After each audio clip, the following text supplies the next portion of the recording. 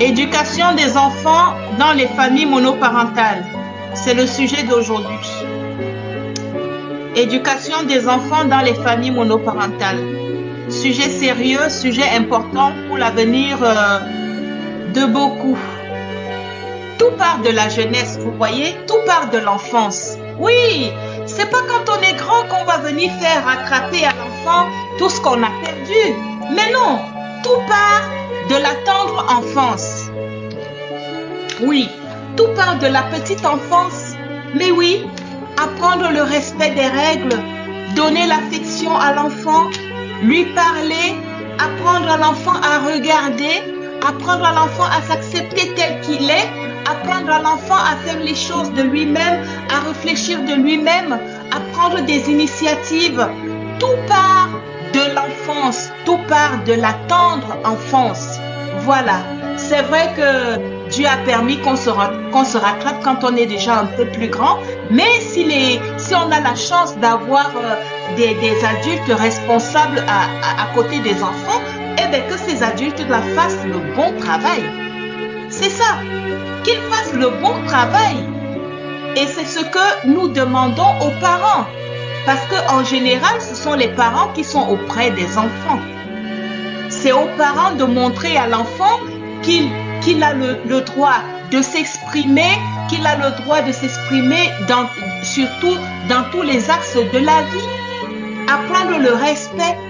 Il s'exprime dans le respect. Apprendre à l'enfant à parler, à dire les choses avec respect. Apprendre à l'enfant à être humble, à dire les choses avec respect et humilité dans sa vie. C'est très important, le respect et l'humilité. L'arrogance est le contraire du respect. Mais oui, l'orgueil est le contraire du respect. Voilà, Bessie. Donc, franchement, aujourd'hui, c'est un thème très sérieux et il faut qu'on apprenne vraiment comment parler à nos enfants. Un enfant qui manque de respect, qui parle avec de l'arrogance, qui parle avec négligence aux adultes et même à ses camarades, c'est quelque chose de choquant, tout particulièrement aux adultes. Entre eux, les jeunes, ils ont leur façon d'être, leur façon de vivre, on l'accepte, mais il y a des limites aussi à ne pas dépasser. Apprendre à l'enfant à ne pas être violent, c'est aussi une éducation. Apprendre à l'enfant à ne pas dire de gros mots, apprendre à l'enfant à dire merci, tout ceci rentre dans l'éducation. Et le respect commence même chez ses parents. Apprendre à l'enfant à être respectueux de ses parents. C'est très important.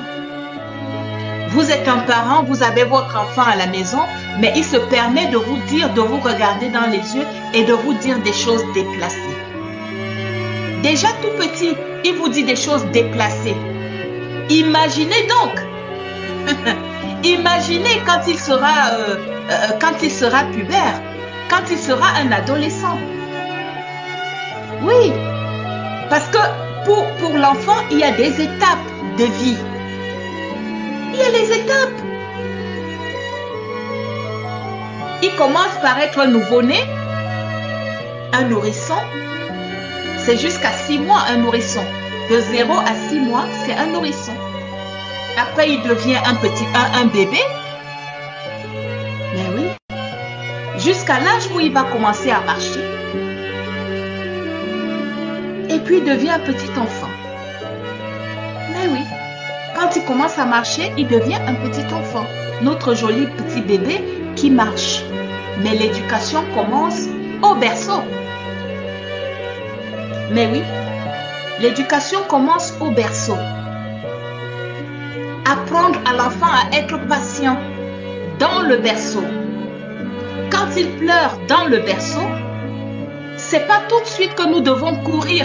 Oh, trembler, oh bébé pleure, on le prend dans les bras. Oh bébé, calme-toi, qu'est-ce que tu veux? Mais non, il pleure, il a une raison de pleurer, c'est vrai, mais qu'il patiente, parce que le monde n'est pas à sa disposition. Quand on apprend, quand on éduque un enfant, on doit être un tout petit peu dur, un peu dur. Donc l'enfant pleure, le monde entier n'est pas à sa disposition. Mon chéri patiente, mon bébé patiente un peu, j'arrive. Vous le laissez pleurer, même si vous ne faites rien. Vous le laissez pleurer quelques minutes exprès pour que l'enfant apprenne à être patient. Que l'enfant comprenne que c'est pas quand il lance des cris que tout le monde accourt, tout le monde est à sa disposition et là il peut faire tout et n'importe quoi. Non. Non, non. Alors il faut apprendre à l'enfant à être patient à partir de son berceau. Les cris qu'il lance, les pleurs qu'il lance, soit parce que, bien sûr, nous connaissons en général, le bébé pleure quand il a faim. Là, les cris sont, on dirait que ça va percer les murs. Quand bébé a faim, il lance des cris, la maman même, elle a une souffrance dans le cœur quand le bébé a faim. Bébé a faim, les cris qu'il lance, ça perce le cœur, ça transperce le cœur, parce que ces cris-là sont forts et violents. Il a faim, tout son être a faim, il veut manger, il a faim. Vous voyez? Bébé pleure aussi quand il est sale, quand il se sent sale, il se sent plus à l'aise dans ses couches, dans sa protection, dans ses couches de bébé, il n'est plus propre. Il pleure pour demander qu'on le change. C'est le langage, c'est une parole, c'est sa façon de s'exprimer, c'est sa façon de parler. Bébé a faim, bébé est sale.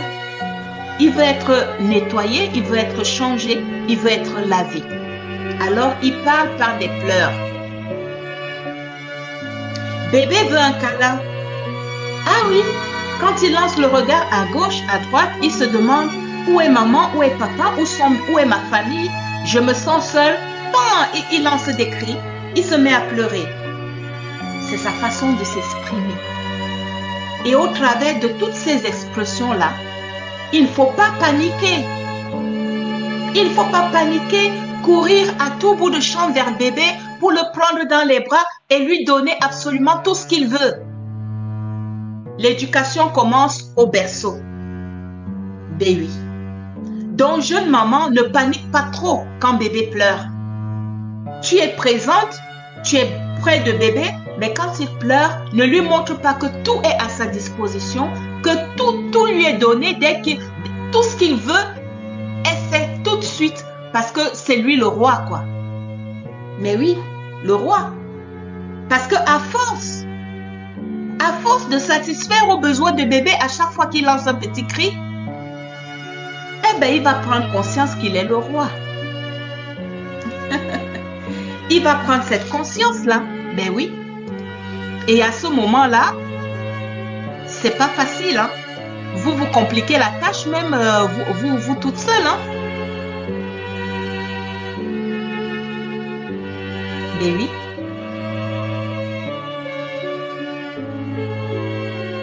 Donc, il faut qu'on fasse attention avec bébé.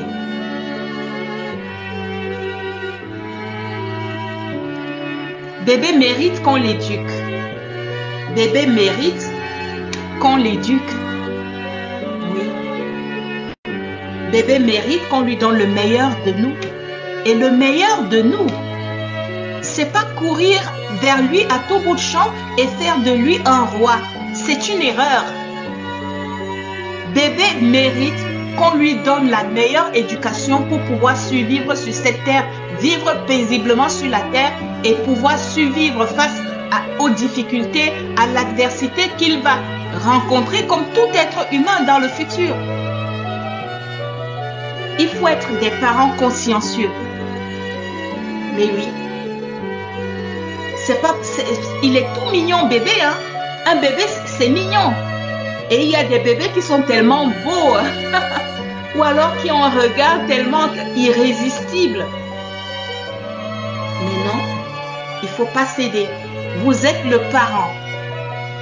C'est vous le parent. Et c'est un devoir pour vous de donner une bonne éducation à bébé. Ça commence dans le berceau, au travers de ses pleurs.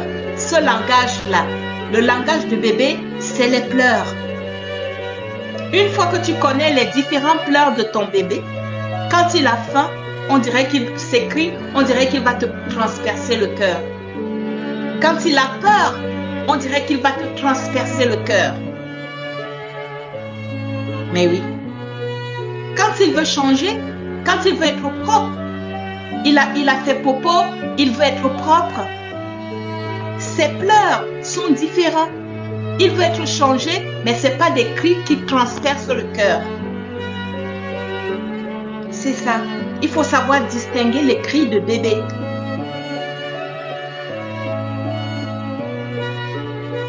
Donc, une fois que tu connais ton bébé, et tu le connaîtras très tôt, hein, très vite, ses pleurs même vont changer d'après la façon que... d'après ses besoins. Tu vas reconnaître les cris qui te font tout lâcher et courir vers lui. Bébé a faim, bébé a peur. Oui, il y a ces cris-là. Quand bébé crie, quel que soit ce que tu faisais, tu lâches. Parce que tellement le cri t'atteint au fond du cœur, tu lâches pas et tu cours. Bébé a faim ou bébé a peur. Oui. Ce genre de cri-là, bien sûr qu'il faut aller rapidement. Il a faim, il a peur.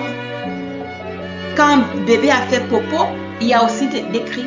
Quand bébé veut câlin, il y a aussi des cris. Ce sont des cris moins perçants, mais ce sont des cris quand même. C'est sa façon de parler. Ces cris sont moins perçants, mais c'est sa façon de parler.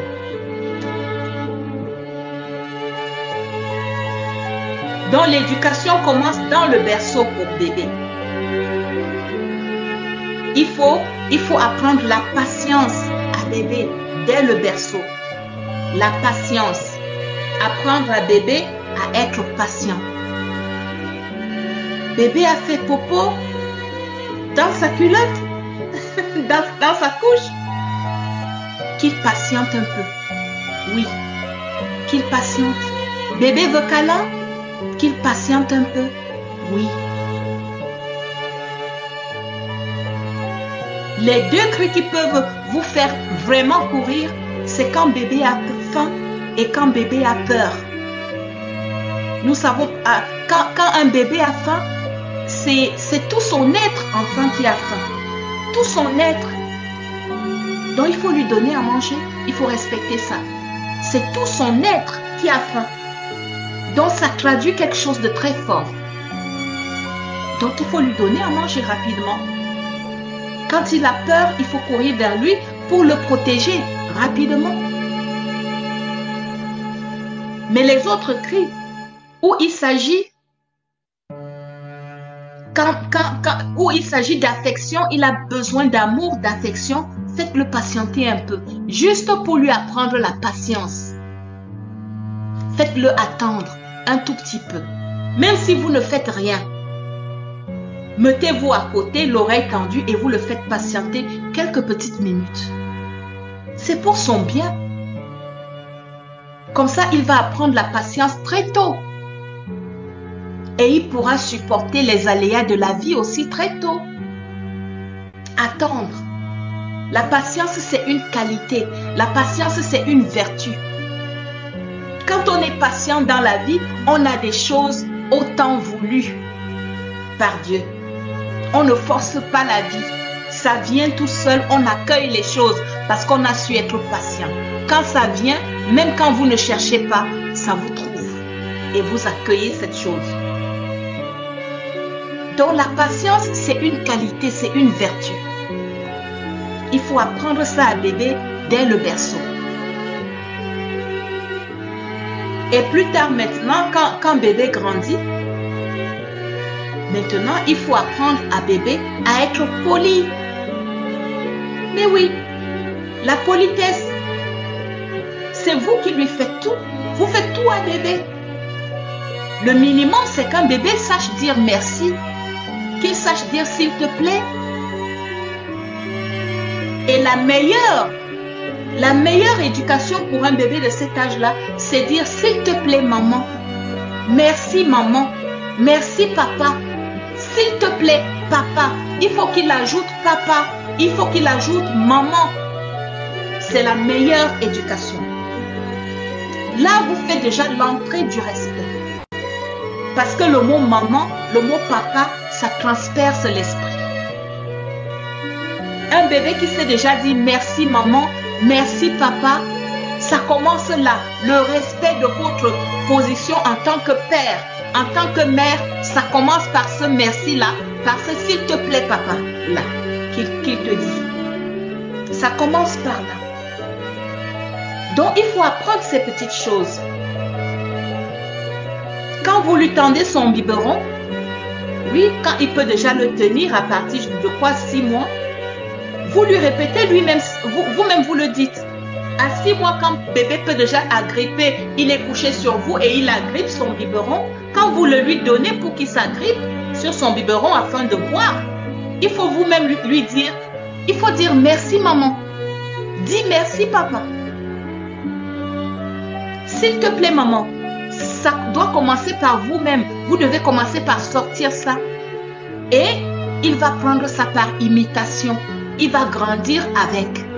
Que quand on lui donne quelque chose, il doit dire merci maman, merci papa, merci tonton, merci sa grande soeur ou son grand frère, merci.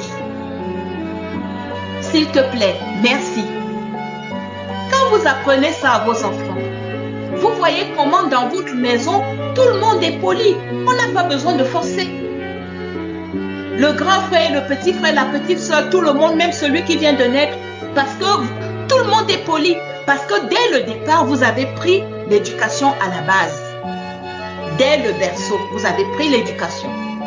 Et du coup, ça se répète de façon spontanée. Tous les enfants sont comme ça.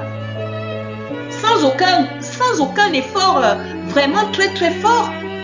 Toute votre maison est polie, comme ça. Vous voyez? C'est très important. Apprendre à bébé à dire merci, s'il te plaît.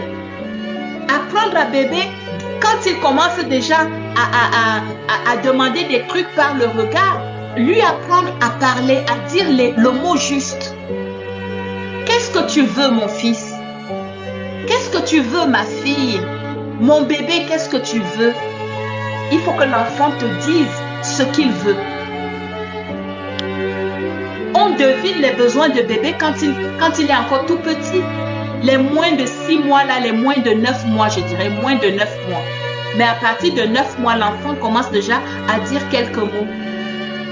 Donc, commencez à lui demander qu'est-ce qu'il veut. Pourquoi tu me suis, mon bébé? Qu'est-ce que tu veux? Il faut que l'enfant te dise, maman, je veux câlin. Papa, je veux câlin. Oui, mais tu n'as pas besoin de pleurer pour ça. N'exige pas. Il suffit de demander, mon bébé. Il suffit de demander, mon fils. Il faut dire des paroles comme ça à l'enfant. Mais oui. Dans cette éducation-là, un enfant n'est pas un être humain, voilà, comme ça, là, on ne lui dit rien, on vient, on joue avec lui. Non, il faut l'apprêter pour l'avenir. Il faut lui permettre de grandir correctement. Et il faut lui permettre de pouvoir assumer son futur. Alors, il faut lui donner les qualités, les meilleures qualités d'un être humain dès le berceau. Voilà. Quand l'enfant commence à s'agripper à ces choses, il faut lui apprendre à partager. Donc, quand l'enfant commence, j'ai déjà dit, il faut lui apprendre à dire s'il te plaît, merci papa, merci maman, s'il te plaît maman, s'il te plaît papa, s'il te plaît tonton. Il faut qu'il commence à dire ça. Il faut lui apprendre la patience. Il faut maintenant lui apprendre le partage. Le tout petit morceau de pain qu'il a, essayez de lui dire, s'il te plaît, donne-moi aussi, j'ai faim. Vous allez voir, il va couper une goutte de pain pour vous donner. Il faut insister, mais non, c'est trop petit. c'est trop petit. Alors il va couper plus ou il va vous dire non. Mais au moins comme ça, il affirme sa personnalité. Vous voyez? Au moins dans ce sens-là, il affirme sa personnalité. En te coupant un peu plus ou alors en disant non. Ça ne veut pas dire qu'il est à part. Ça ne veut pas dire qu'il est égoïste. Ça veut tout simplement dire que la quantité qu'il t'a donnée, il juge que cette quantité, ça va. L'éducation dès le berceau, c'est très important. Après, la vie sera facile pour vous, les parents. La vie sera nickel après. Parce que l'enfant qui a connu les valeurs de la vie dès le berceau, il grandit comme ça, il ne change pas. Il ne change pas. Donc, les valeurs de partage. Le partage inclut la solidarité. Donc, c'est une façon de créer la solidarité en votre enfant, dès le berceau comme ça, quand il est encore bébé. Le petit partage que vous faites là, s'il te plaît, donne-moi, le grand frère vient demander, le petit frère, donne-moi, moi aussi je veux. La petite goutte qu'il te donne, tu le prends, tu dis merci et tu le mets dans la bouche. Ça lui apprend le partage et la solidarité. Parce que quand tu as, toi aussi tu coupes, tu lui donnes.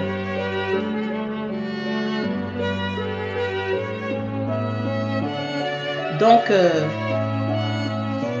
il y a ça. Donc faire aider l'enfant à partager.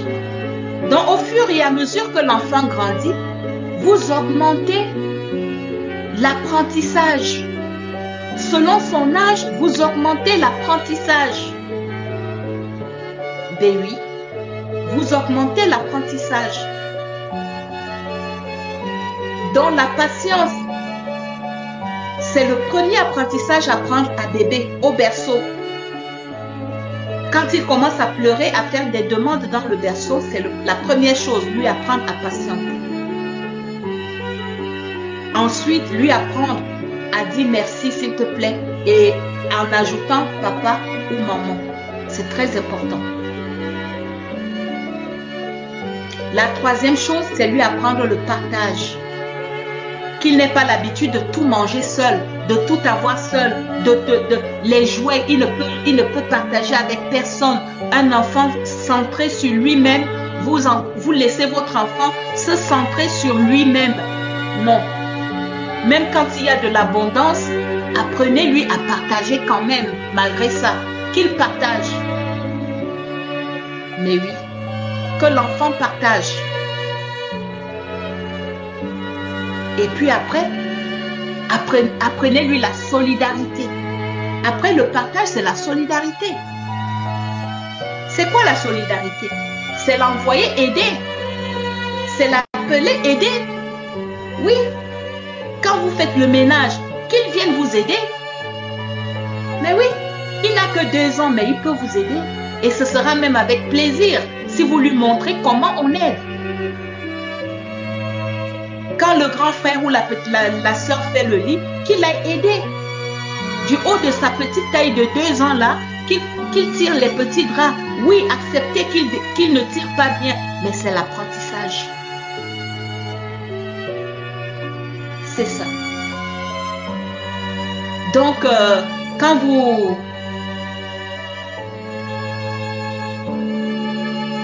Donc, ces enfants-là, pour ceux qui ont la chance, dès le berceau, il faut que ça se fasse. C'est la solidarité. Aider dans les tâches de ménage, aider l'autre à faire quelque chose, à travailler. Hein? Aider, quand le faire asseoir même, l'apprentissage maintenant à partir, c'est vrai que dès qu'il sait tenir même un morceau de crayon, un morceau de bic, que ses doigts savent déjà préhender un morceau de crayon, faites asseoir bébé, mettez-lui une feuille devant lui, prenez un livre, mettez devant lui et dites-lui d'écrire, de dessiner. Ce sera comme un jeu. Il lit le livre et puis il fait semblant d'écrire, il fait ses gros bious, gribouillis, gribouillis, gribouillis. Et toi, tu es là, tu dis, c'est bien mon fils, c'est bien, bravo. Qu'est-ce que tu as écrit? Et il va faire semblant il va lire ce qu'il a écrit, des choses incompréhensibles, mais il va au moins lire ce qu'il a écrit avec son langage qui est encore incompréhensible. Les gens favorisent le dessin, le coloriage. Vous pouvez prendre un livre. Oui, parce que vous voulez que votre enfant lise beaucoup plus tard, qu'il soit un grand lecteur. Oui. Donc vous prenez un livre, vous posez devant lui et il écrit. Il se met à faire ses gribouillis. Ensuite, après, vous lui demandez qu'est-ce que tu as écrit. Et là, dans son langage de bébé, il vous dira ce qu'il a écrit. Dans l'éducation d'un enfant, c'est au fur et à mesure, mais tout ça dans l'enfance à partir du berceau.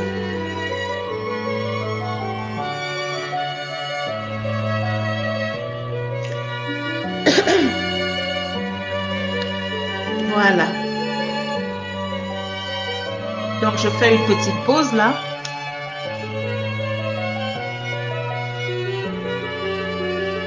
Merci pour les fleurs, pour ceux qui ont envoyé des fleurs. Merci pour les partages.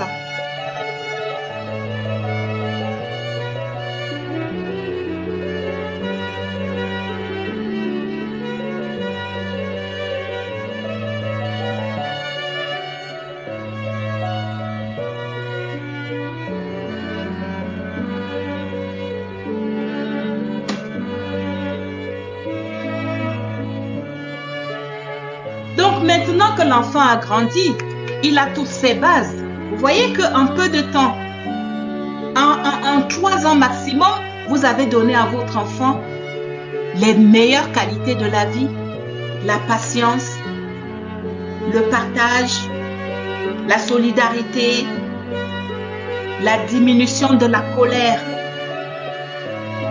Mais oui,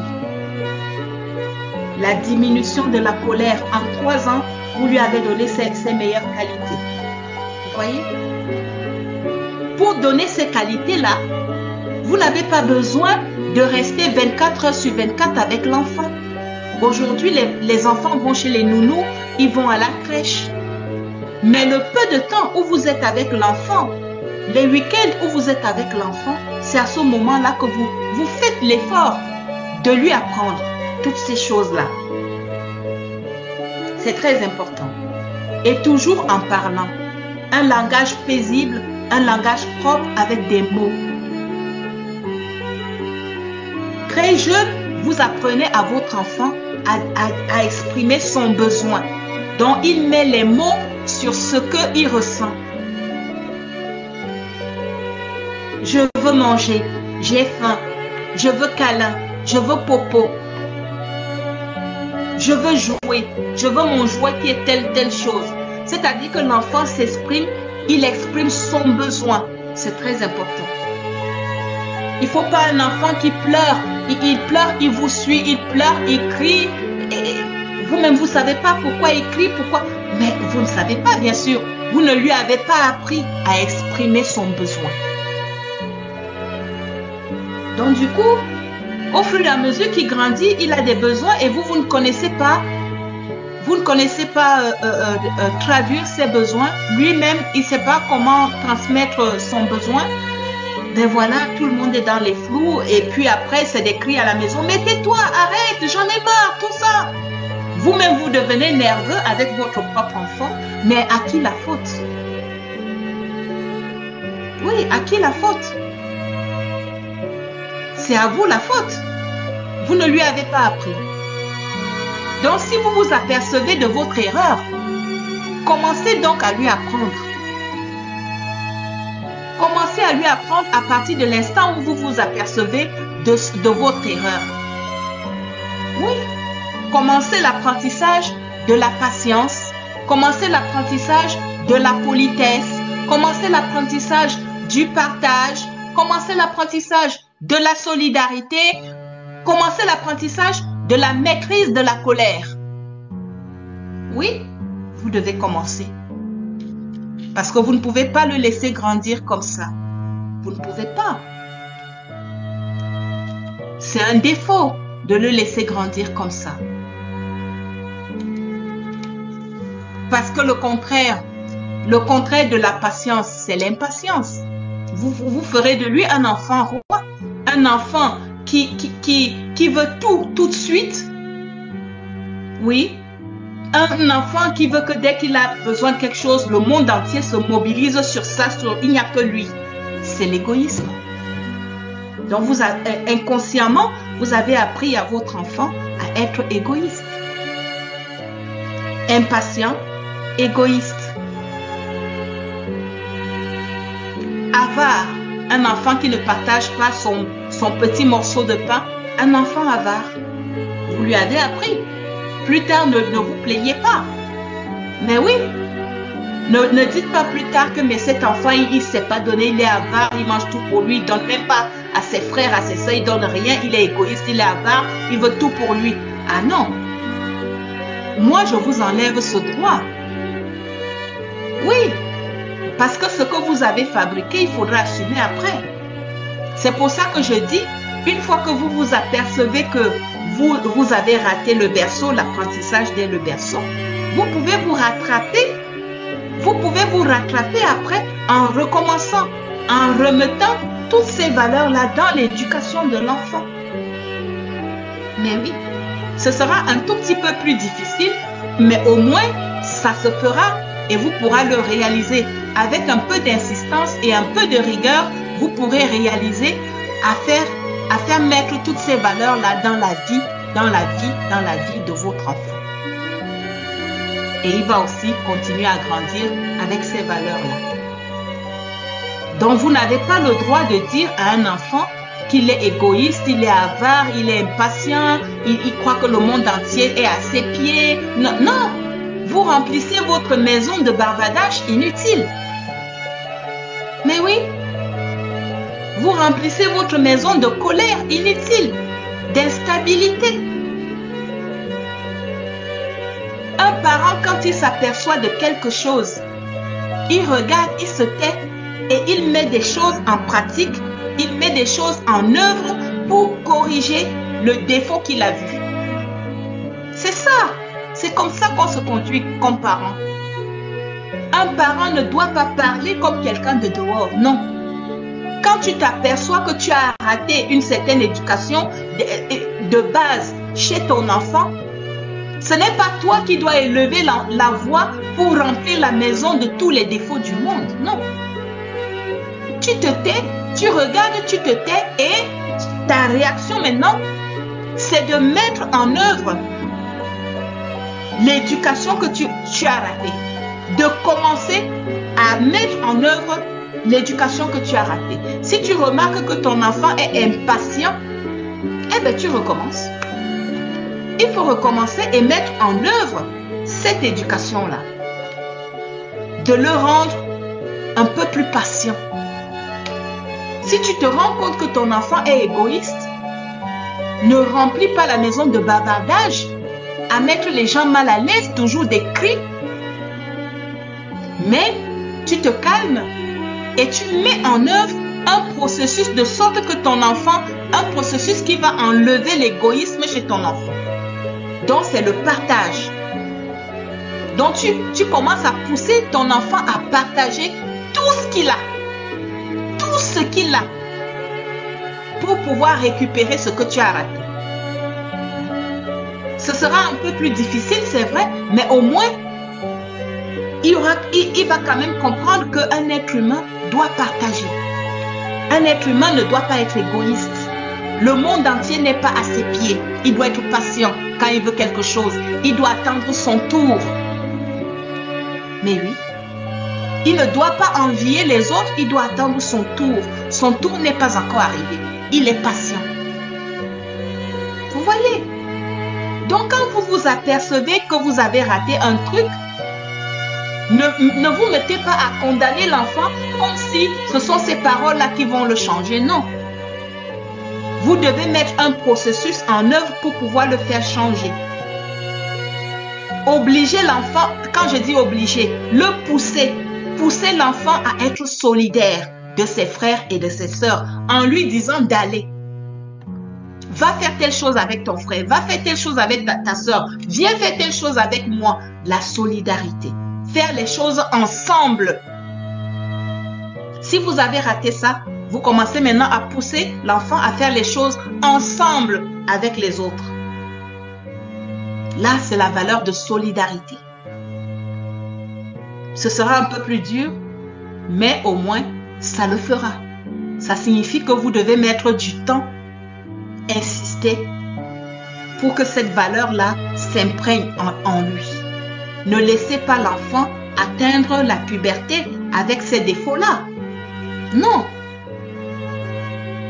Parce qu'un enfant qui atteint la puberté avec ces défauts-là, ça signifie que vous avez vu et que vous n'avez pas corrigé. Parce qu'un enfant qui est dans la même maison que vous, il ne peut pas atteindre la puberté, dépasser l'âge de 9 ans, 10 ans, 11 ans, 12 ans, sans que vous vous aperceviez que cet enfant-là croit que le monde entier est à ses pieds.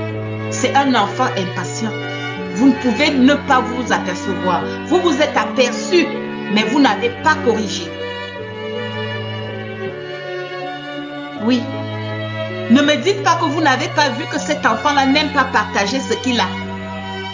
Quand il a une chemise que quelqu'un d'autre ne touche même pas, ne frôle pas. Quand il a un jouet que quelqu'un d'autre ne frôle même pas. Un enfant qui n'aime pas partager.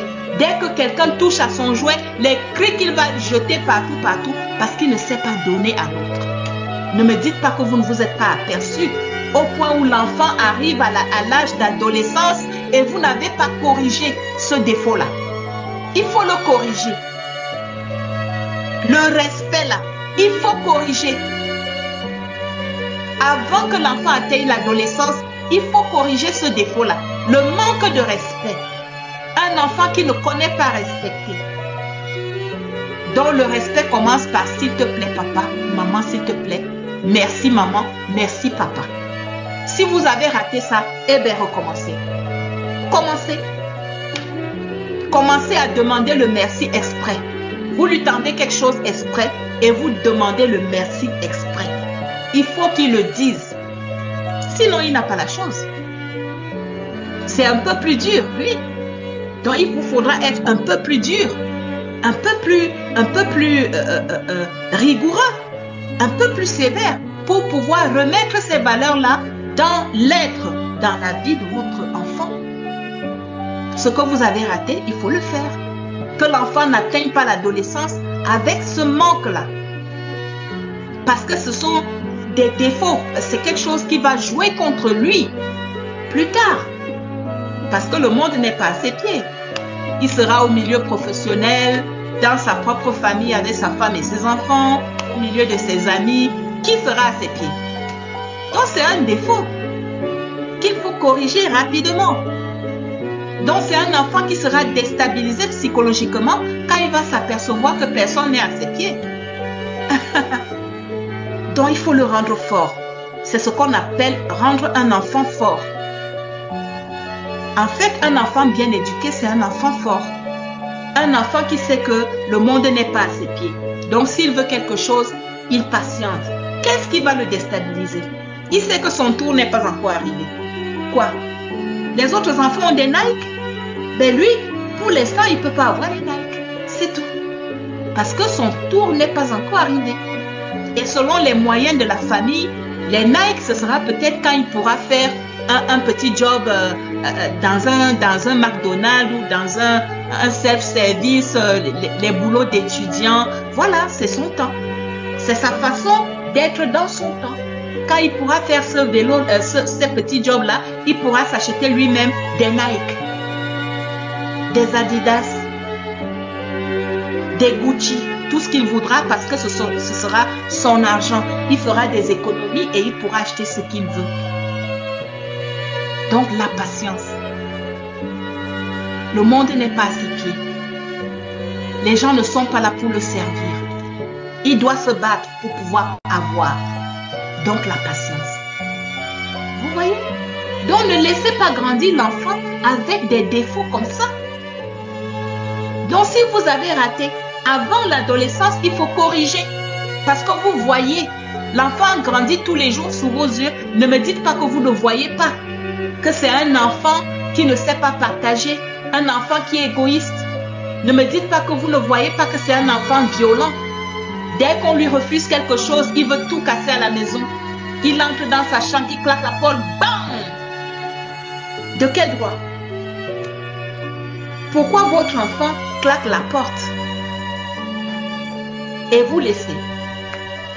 Il grandit. Au début, c'est le claquement de porte. Mais après, ce sera quoi? Il faut le faire ressortir de la chambre, le faire rentrer et lui dire de fermer la porte correctement. Ah oui, c'est ça le parent. C'est ça un parent. Vous lui refusez quelque chose, quelqu'un lui fait quelque chose, il entre dans la chambre, il claque la porte, bam! Pourquoi? Prenez la peine de vous lever, d'aller vers lui, de lui dire de sortir de la chambre, de rentrer maintenant et de refermer la porte. Ne me dites pas qu'un enfant de 12 ans va vous dépasser à faire ça. Hein? Vous êtes grand, vous êtes costaud, la maman est grande, encore elle est costaud. Donc vous le dépassez encore physiquement. Donc ne me dites pas qu'il va vous dépasser, qu'il ne pourra pas s'exécuter. Oui, s'il ne fait pas ça, il n'aura pas ceci. Donc il sera obligé pour avoir ce qu'il désire, il sera obligé de sortir, de refermer la porte doucement. Donc là, vous lui apprenez à maîtriser sa colère. Vous voyez? Donc franchement, vous lui apprenez à ce moment-là à maîtriser sa colère. Vous voyez que pour le futur, ce sera tout bénéfique pour lui. Parce qu'aujourd'hui, il suffit de crier sur quelqu'un, il peut vous porter plainte pour harcèlement moral. Mais oui, vous criez sur quelqu'un, vous le harcelez. Pour lui, il peut aller se plaindre que vous le harcelez moralement. N'en parlons plus de taper sur quelqu'un, là alors c'est pire. C'est carrément le tribunal. Donc tout ça, vous devez vraiment faire ce travail-là pour votre enfant. Pour l'avenir de votre enfant. Parce que la majorité des personnes parlent beaucoup d'argent, il faut travailler avant d'avoir l'enfant, il faut pouvoir travailler. Et il y a l'éducation même de tous les jours qui est très importante, qui dépasse même cet argent-là. Parce que si vous apprenez à votre enfant à être patient, il ne va pas vous exiger les grandes marques qui coûtent 1000 € en montant. Non. Il saura que pour lui, il est différent de son camarade de classe dont le père est un grand directeur. Le camarade de classe peut avoir des chaussures de marque, des sacs de marque et tout, des sacs de classe de marque et tout, mais lui, ce n'est pas son cas. Le monde est fait ainsi de différentes classes. Lui, il est né dans une famille moyenne ou dans une famille pauvre, dont il ne peut pas réclamer les mêmes choses à ses parents. Donc, c'est la patience que vous apprenez à l'enfant. Il a acquis ça depuis le berceau. Il n'est pas gêné. Il n'est pas gêné. Le respect là, pour les parents. Quand vous apprenez à votre enfant à respecter, d'abord vous-même avec le s'il te plaît, merci, voilà. Quand vous lui apprenez à respecter, plus tard, c'est un enfant qui aura compassion de vous. Ah là là là là. Oui, la compassion là, elle se cultive aussi.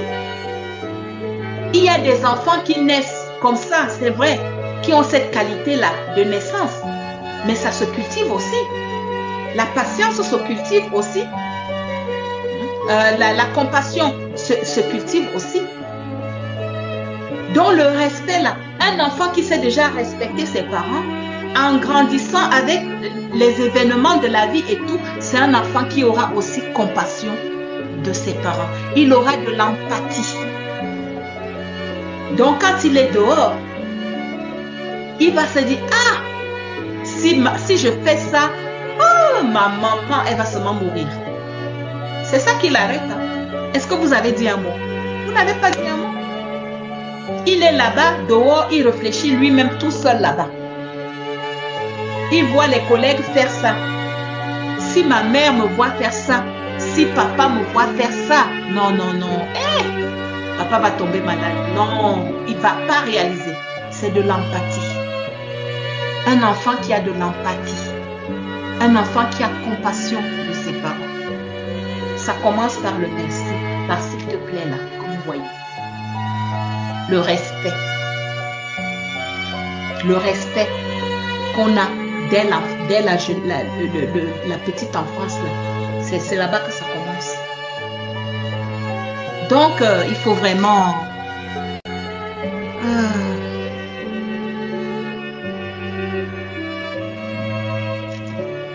Donc, il faut vraiment faire attention à toutes ces choses-là. L'éducation de base est vraiment très importante. Elle est vraiment très importante.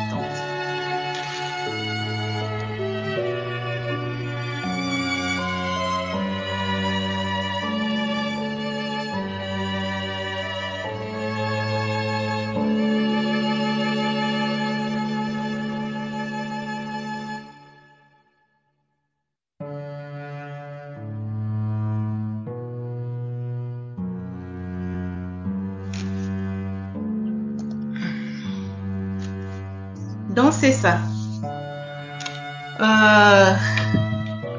Bon, pour cette première partie, ça, c'est la première partie que j'ai décidé de vous apporter aujourd'hui. La première partie. Les valeurs à donner à l'enfant dès la toute petite enfance. Je les résume. La patience, le respect, le partage, la non-violence, la solidarité, la compassion et l'empathie. Ça, c'est jusqu'à moins de 12 ans. Moins de 12 ans, un enfant doit déjà avoir ces qualités-là en lui. Il doit les avoir. Nous sommes toujours dans la période de l'enfance, vous voyez. Quand vous êtes une famille monoparentale, vous êtes soit un papa seul, soit une maman seule. Donc, la difficulté, c'est d'être à la fois père et mère, c'est-à-dire de remplir le rôle de papa et de maman. Voilà quoi, c'est vraiment difficile. Est-ce qu'on m'entend, s'il vous plaît? Oui, je pense que oui. Donc, la difficulté, c'est vraiment de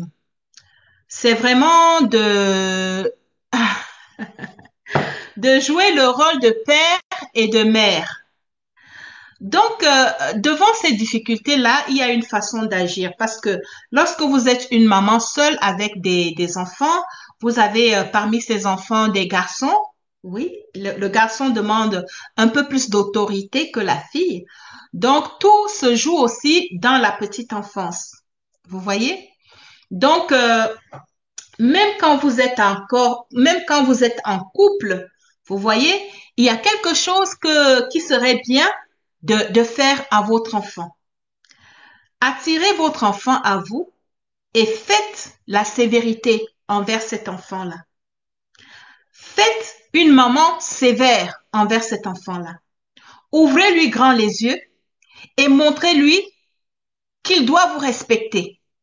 Ouvrez les yeux à votre enfant, agrandissez les yeux devant lui et montrez-lui que même quand vous ne parlez pas, il doit vous respecter. Plus encore quand vous parlez. Vous voyez?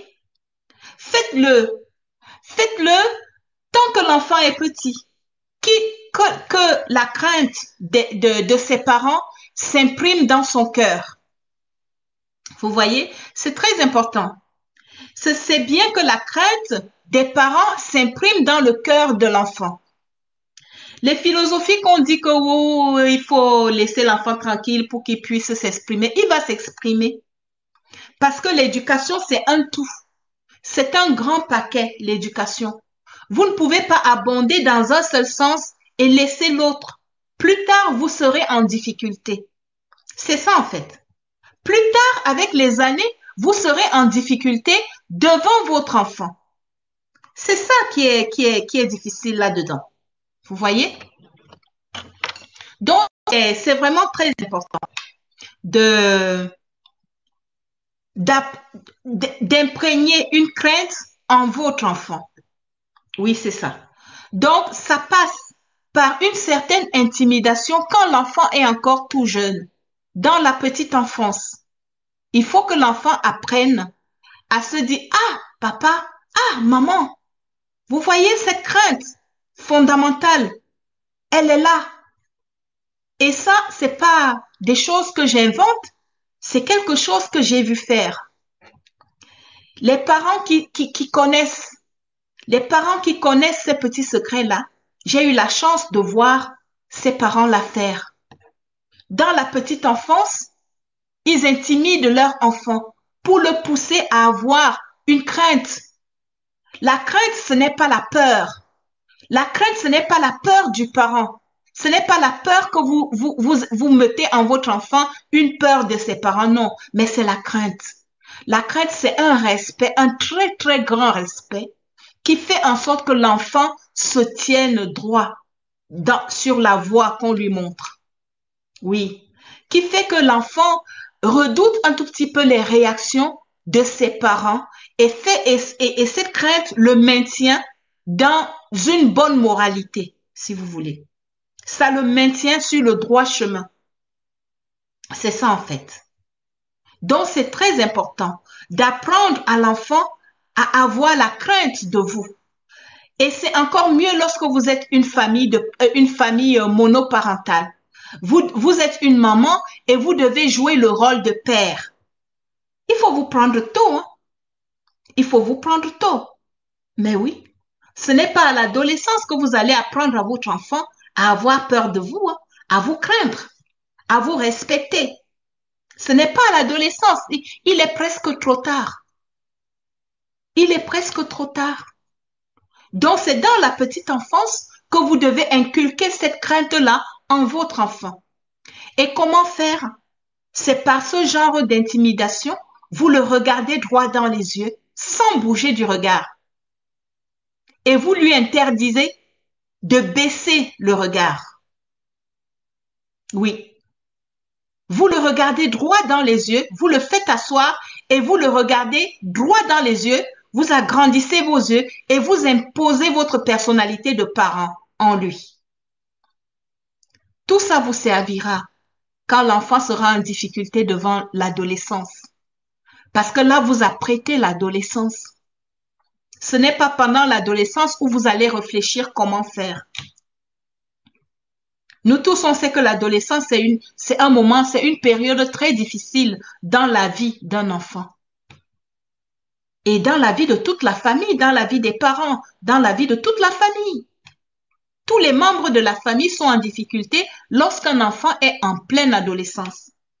Si le problème n'a pas été prévu très tôt, si les parents n'ont pas pris de l'avance sur comment résoudre ce problème, sur comment faire face, pas résoudre, comment faire face à ce problème, ils seront très en difficulté pendant l'adolescence. Donc, la crainte que vous devez inspirer en votre enfant est très importante et ça commence quand il est encore tout petit. Oui. Votre enfant doit craindre votre regard. Il doit craindre votre regard. C'est vous, en fait, qui êtes... En fait, le parent est le garde-fou de son enfant. Si vous n'arrivez pas à être un garde-fou pour votre enfant, qui le sera si ce n'est la loi? Et quand c'est la loi, vous savez ce que ça donne. Il vaut mieux que ce soit vous. Il vaut mieux que ce soit vous. Donc, Ne craignez pas d'éduquer votre enfant.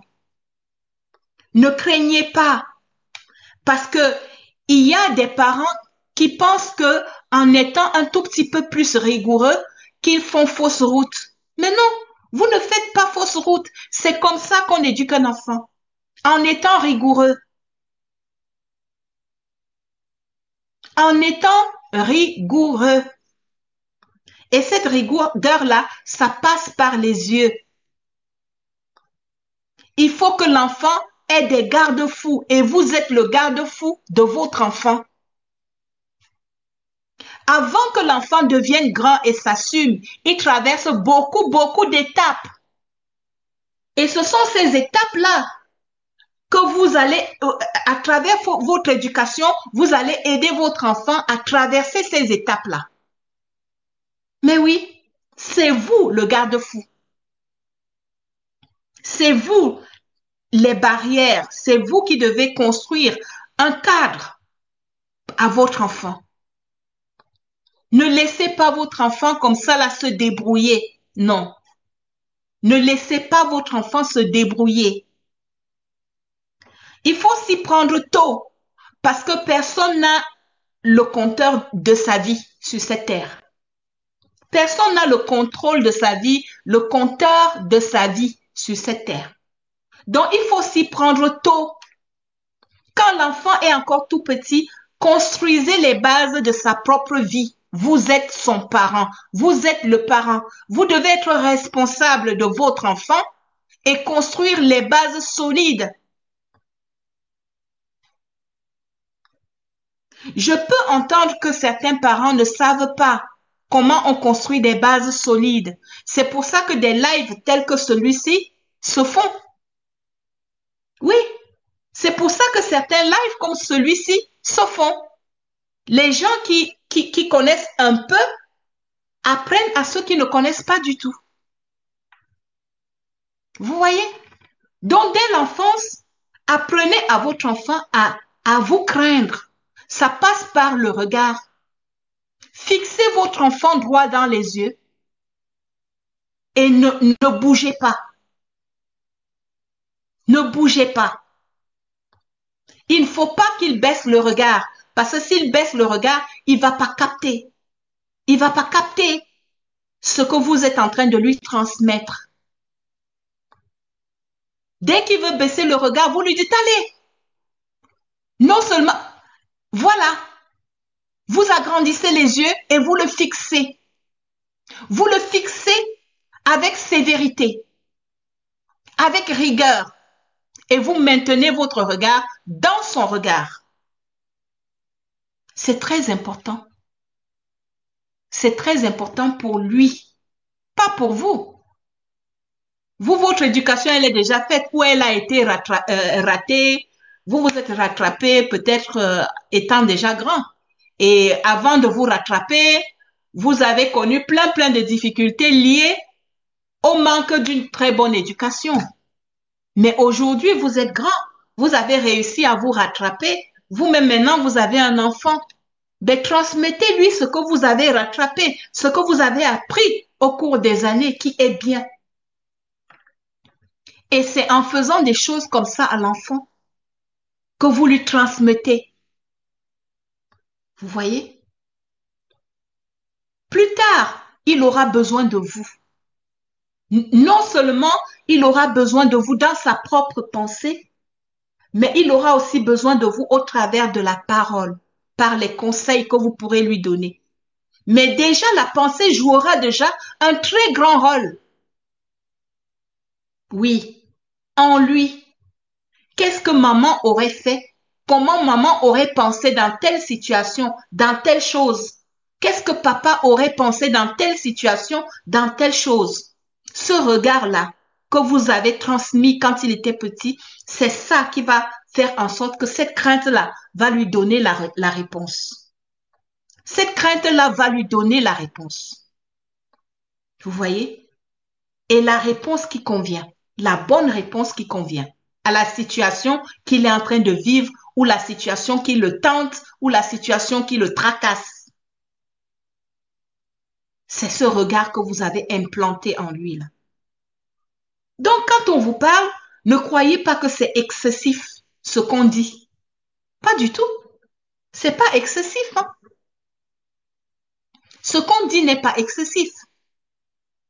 Ce qu'on dit, c'est parce qu'on le sait. On sait que voilà le résultat que ça donne des années plus tard. Vous allez dire que ça va créer un enfant qui a peur de ses parents. Il vaut mieux un enfant qui a peur de ses parents qu'un enfant qui n'a pas du tout peur, qui méprise ses parents, qui n'a pas dans son subconscient la présence de ses parents, qui n'a pas dans son subconscient la présence de ses parents. Il vaut mieux un enfant qui craint ses parents. Peur, c'est pas un mot qu'il faut, mais c'est craindre qui est le mot qu'il faut. Un enfant qui craint ses parents.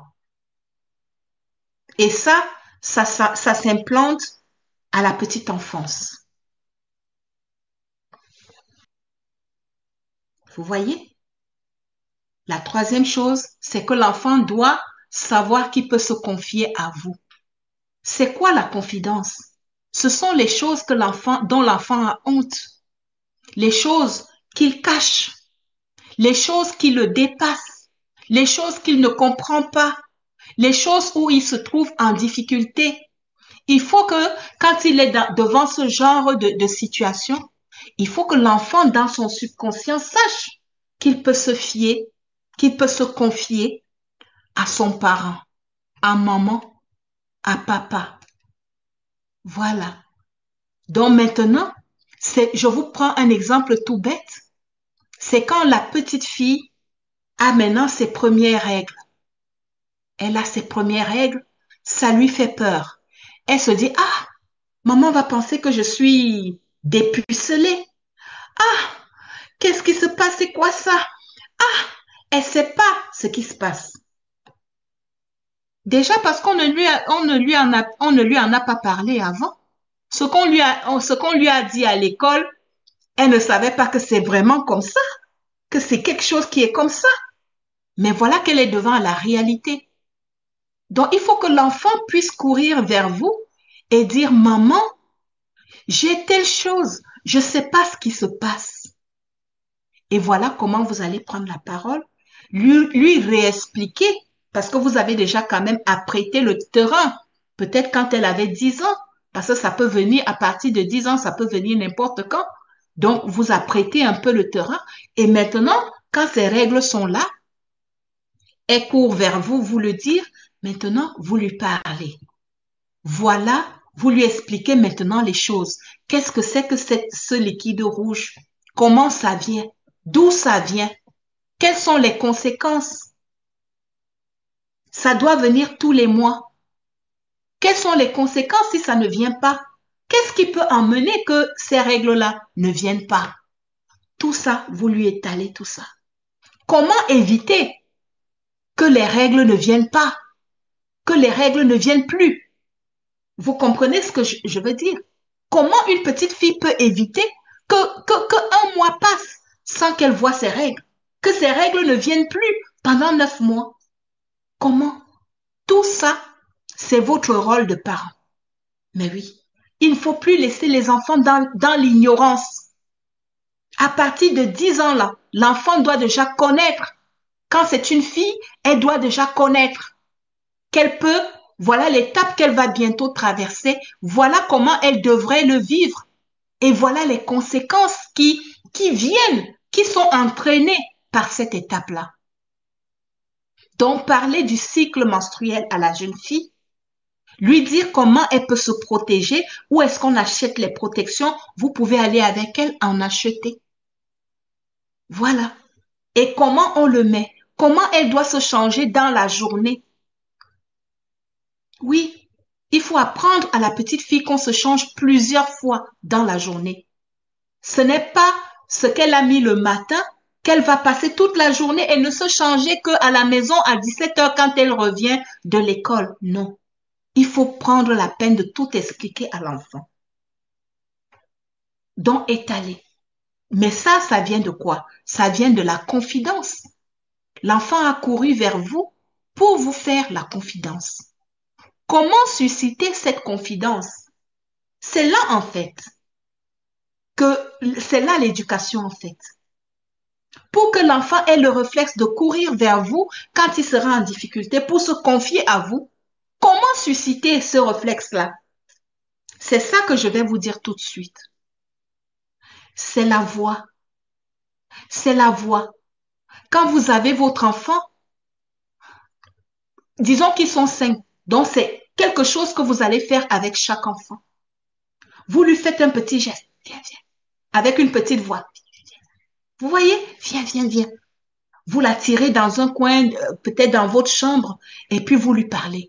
Tu sais, vous inventez.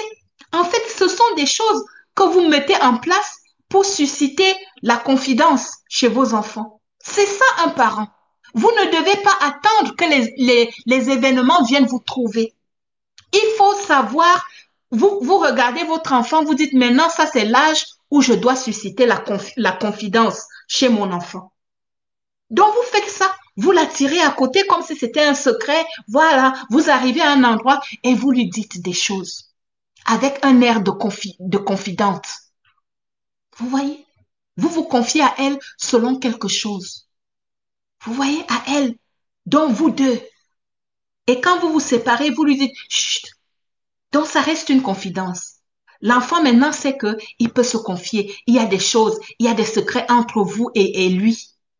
C'est ça la confiance. Que personne ne vienne vous critiquer comme quoi ça va susciter si, oh, le secret ça, et l'enfant si. Non, non, non, non. Ce sont des choses qui doivent rester dans vos réseaux sociaux là. Mais dans votre maison, il faut éduquer l'enfant.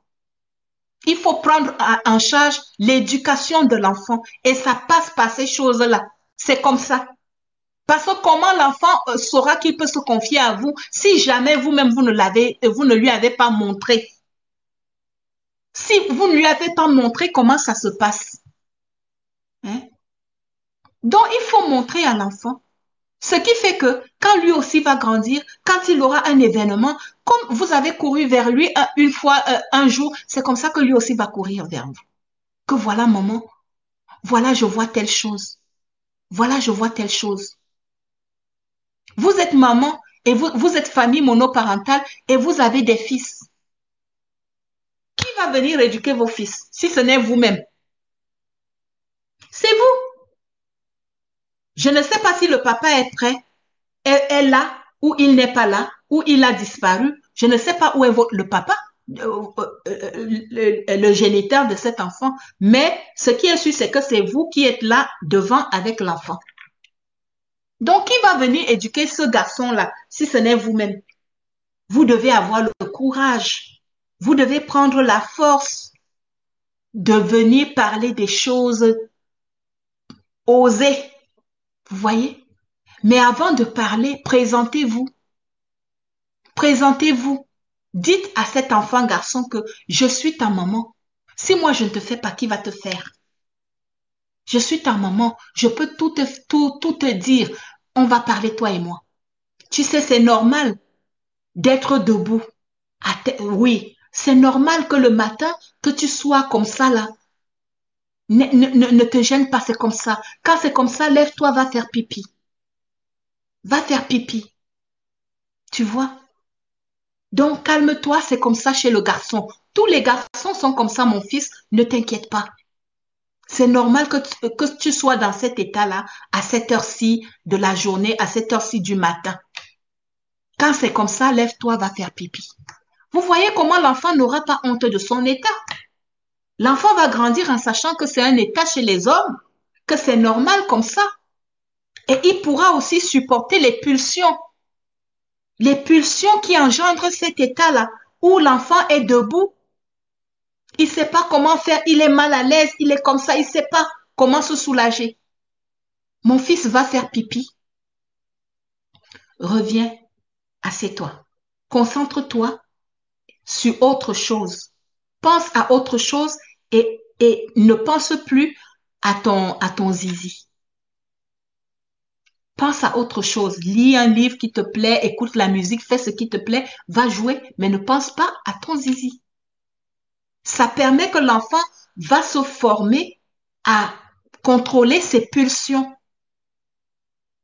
Vous voyez, l'enfant va se contrôler, va se former à contrôler ses pulsions. En grandissant, il va développer une force pour contrôler ses pulsions. Vous voyez?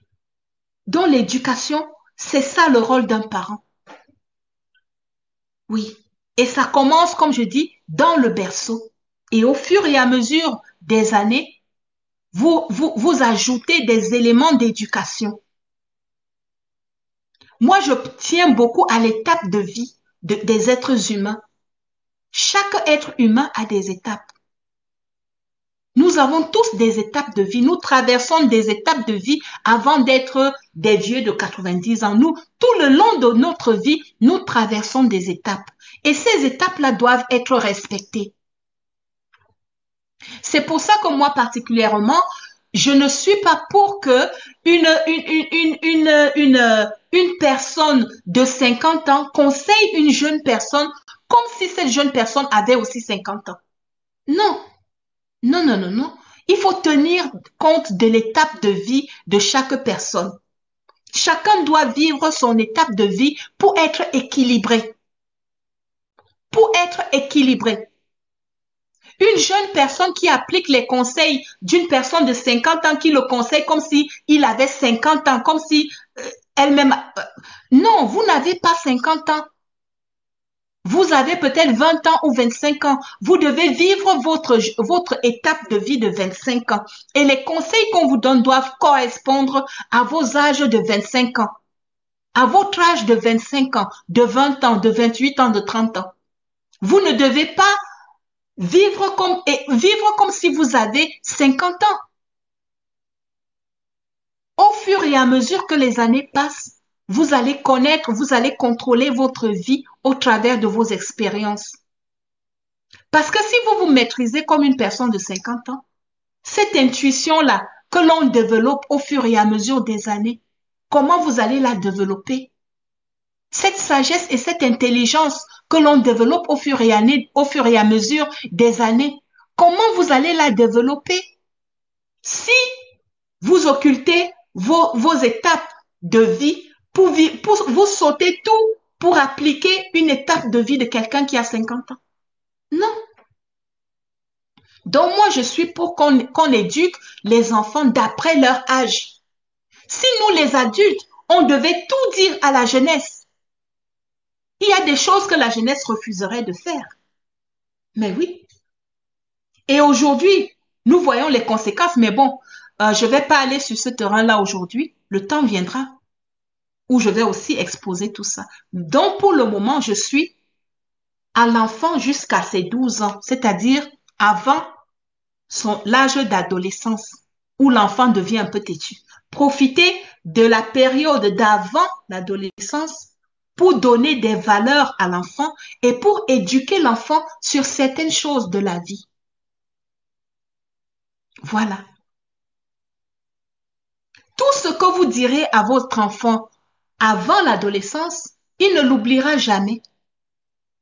Pendant l'adolescence, vous allez croire que l'enfant a oublié, mais non. Une fois l'adolescence passée, vous serez surpris de voir votre enfant en train d'agir et de réagir comme vous lui avez appris quand il était tout petit. Ce sera comme si c'était un inconscient. Mais oui, l'être humain doit être éduqué.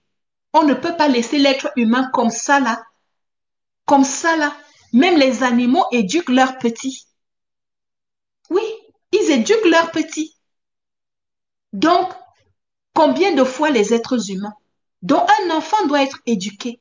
On doit lui construire un cadre d'éducation, un cadre de vie. On doit lui donner les outils pour se défendre, pour réaliser, pour pouvoir survivre dans le futur quand lui-même sera grand. Ce sont ces outils-là qui nous ont aidés, nous, et vous qui êtes grands. Donc, il faut répéter. Pour ceux qui n'ont pas eu la chance et qui se sont construits eux-mêmes, ils se sont bien aperçus que ce manque d'éducation leur a coûté quelque chose. Donc, évitez que le manque d'éducation coûte aussi quelque chose à vos enfants. Vous voyez? Donc, il faut transmettre. Et c'est comme ça qu'on transmet. Si vous ne savez pas comment on transmet, c'est comme ça qu'on transmet. Donc, ce sont des choses que vous devez faire. N'attendez pas que les événements s'abattent sur vous pour profiter de l'événement, pour dire des choses à l'enfant. Non. Il faut prévoir les événements. Oui, il faut prévoir les événements et devancer, voilà. Il faut devancer les événements et apprendre à l'enfant comment se conduire dans certaines situations. Et pour ce faire, il faut vous-même inventer une étude de cas que vous appliquez vous-même. Mais oui, apprendre à l'enfant à se confier, comment on se confie. Pour là, il faut que vous-même vous inventiez une histoire ou vous profitez d'une petite situation dans la maison pour montrer à l'enfant comment on se confie. Mais oui,